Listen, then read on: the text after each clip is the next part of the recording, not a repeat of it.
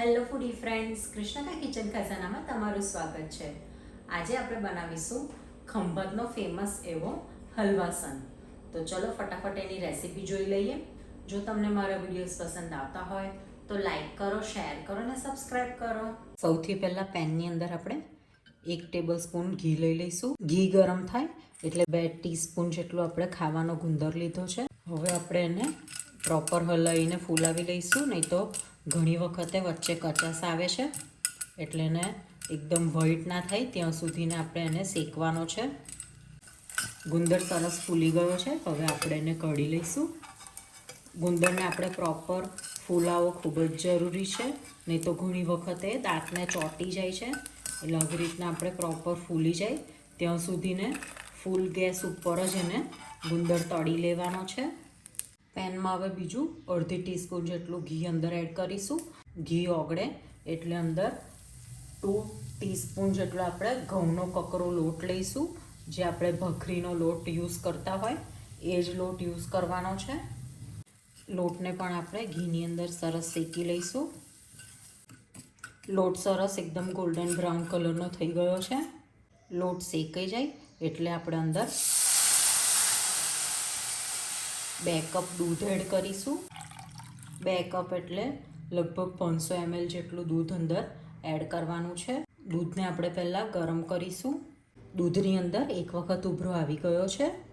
આપણે જે ગુંદર ફૂલાવીને રાખ્યું હતું એને મેં ચમચીની મદદથી થોડુંક સ્મેશ કરી લીધું છે. એ અંદર એડ કરીશું.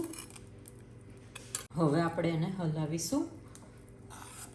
દૂધની અંદર ગુંદર ઓગળતાની થોડી વારની અંદર જ આવી રીતના દૂધ ફાટી જશે અને એકદમ કણી કણી થઈ જશે.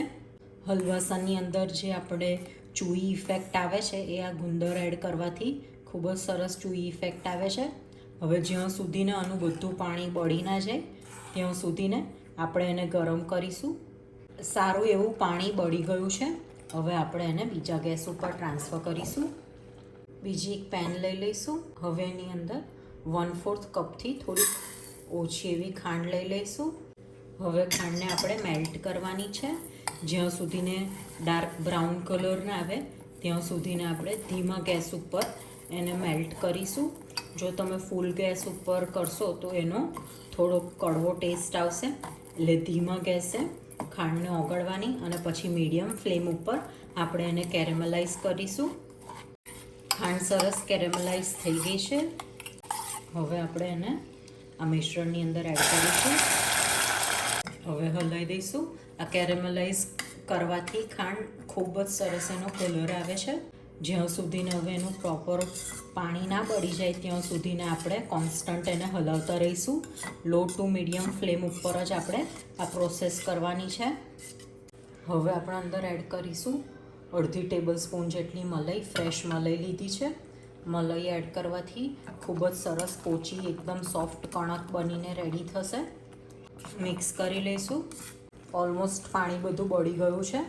હવે આપણે ઇલાયચી અને જાયફળનો પાવડર લઈ લઈશું. મિક્સ કરી લઈએ. હવે આપણે એને પ્લેટમાં કાઢી લઈશું. હવે આપણે એને 10થી 15 મિનિટ સુધીને ઠંડો થવા દઈશું. મિશ્રણ આપણું ઠંડુ થઈ ગયું છે. હવે આપણે એના બોલ્સ બનાવી લઈશું.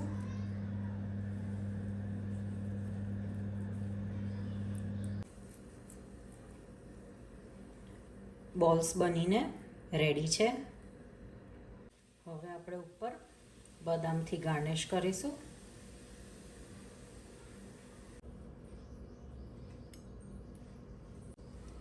તો રેડી છે ખૂબ જ સરસ એવું ખંભાતનો ફેમસ ઘરે બનતો કણીવાળો હલવાસન.